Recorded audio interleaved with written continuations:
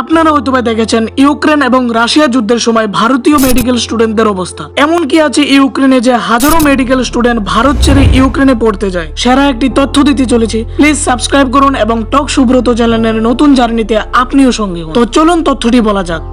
ভারতে ডাক্তার হওয়ার জন্য নিট পরীক্ষা দিতে হয়। 2021 সালে প্রায় 16 লক্ষ স্টুডেন্ট নিট এক্সাম দিয়েছে, যার মধ্যে 10% স্টুডেন্টদের গভর্নমেন্ট মেডিকেল কলেজে পড়ার সুযোগ হয়েছে। তাহলে আর বাকি 14 লক্ষ স্টুডেন্ট তারা কি করবে?